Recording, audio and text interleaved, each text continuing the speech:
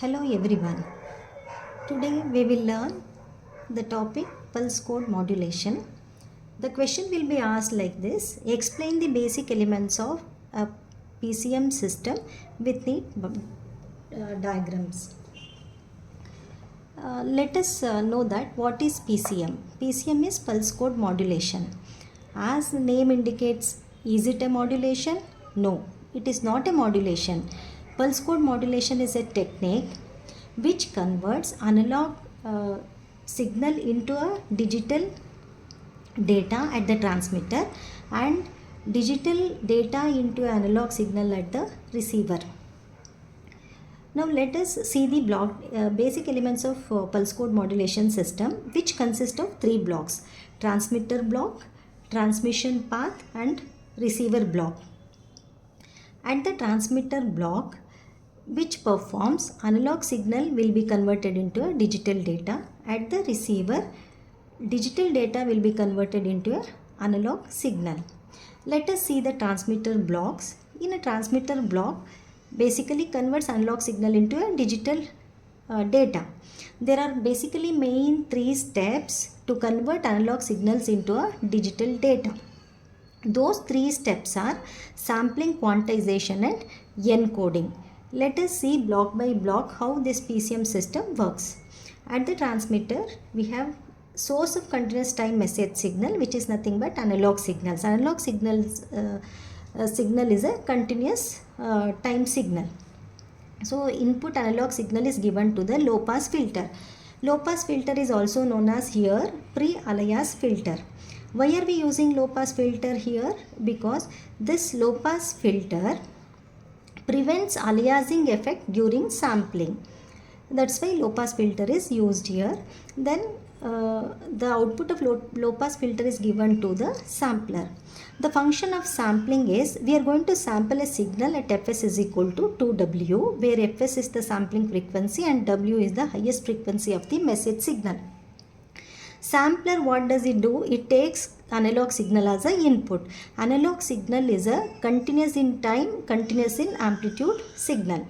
The during sampling converts continuous in time, continuous in amplitude signal will be converted into a discrete in time, continuous in amplitude signal. That is the output of the sampler.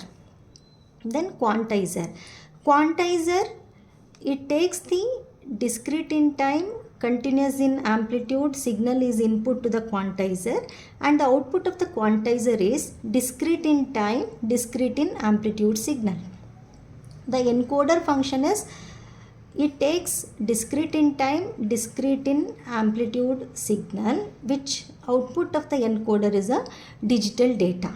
Now let us see how sampling, quantization and encoding is done and analog signal is converted into a digital signal with the waveform. Now what is the sampling output? Sampling output is a discrete in time, continuous in amplitude. The output of the sampling like this. This is the sampling or sampler output. This sampler output is given as a input to the quantization. Then what is the quantization output? Quantization output is discrete in time, discrete in amplitude. During quantization, for each sample of the signal, different levels are assigned during quantization. Quantization output. So this is discrete in time, discrete in amplitude signal. Then how quantization signal is converted into a digital signal, that is through the encoder. During encoding process, encoder assigns a code word for each levels. For example, 101, 110, one level, second level, third level, like that code words are assigned during encoding process. That is nothing but a digital data.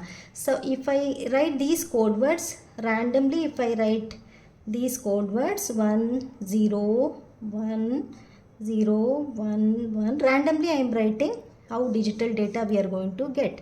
See here, sampler output, quantization output and encoder, and we know for sampling input is analog signal, continuous in time and continuous in amplitude. This analog signal will be converted into a digital data after these 3 steps.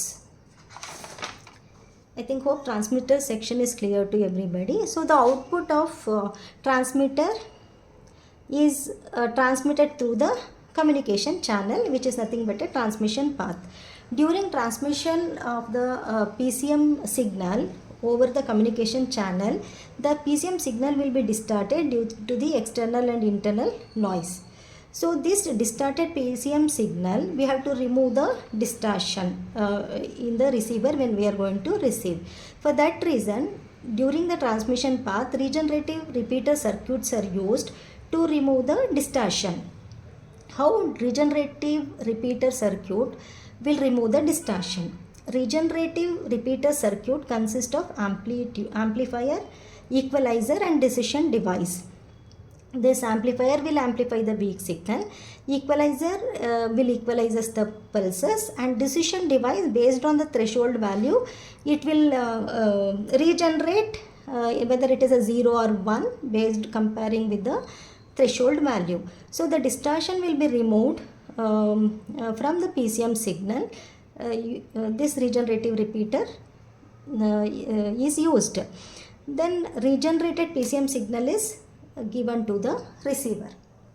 At the receiver, we know that this digital data will be converted into an analog signal.